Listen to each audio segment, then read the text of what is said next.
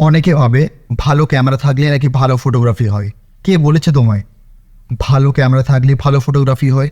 দেখো, ভালো ক্যামেরা মানে দামি ক্যামেরা সবসময় তোমায় একটা ভালো কালার দিতে পারবে, ভালো ডিটেল দিতে পারবে, কিন্তু কখনোই তোমাকে ভালো ইমোশনস ক্যাপচার করে দিতে পারবে না। সোজা কথায়, যখন আমরা কোনো ফটোগ্রাফি করি, কোনো যেগুলো চলে যাওয়া কিছু মুহূর্তগুলো, সেই ইমোশনসগুলোকে আমরা যখন ক্যাপচার করি, তার জন্য কিন্তু ভালো ক্যামেরার দরকার পড়ে না। তখন কিন্তু একটা এক্সপিরিয়েন্স দরকার পড়ে, একটা ভালো দক্ষতার দরকার পড়ে। তাও জানি না কেন এখনও অনেক ক্লায়েন্টস শুধুমাত্র গিয়ারের দিকে দৌড়ে বেড়ায়। কি হ্যাঁ, তুমি ক্যামেরা কি আনছো, কি ক্যামেরা আনবে, M4 আনবে, FX আনবে?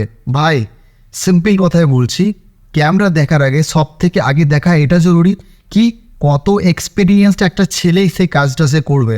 ক্যামেরা পরে ম্যাটার আসছে। সবার প্রথম ক্যামেরা যেমনই হোক না কেন, যদি একটা প্রফেশনাল ছেলে যার দক্ষতা আছে বা যে ভালো ফটোগ্রাফি জানে, তার হাতে যে কোনো ক্যামেরা পড়লে ফটো এরকমই ভালো আসবে। ভালো বাসনপত্র কিনলে কিন্তু খাবার ভালো হয় না, তার জন্য ভালো রাঁধুনি হতে হয়।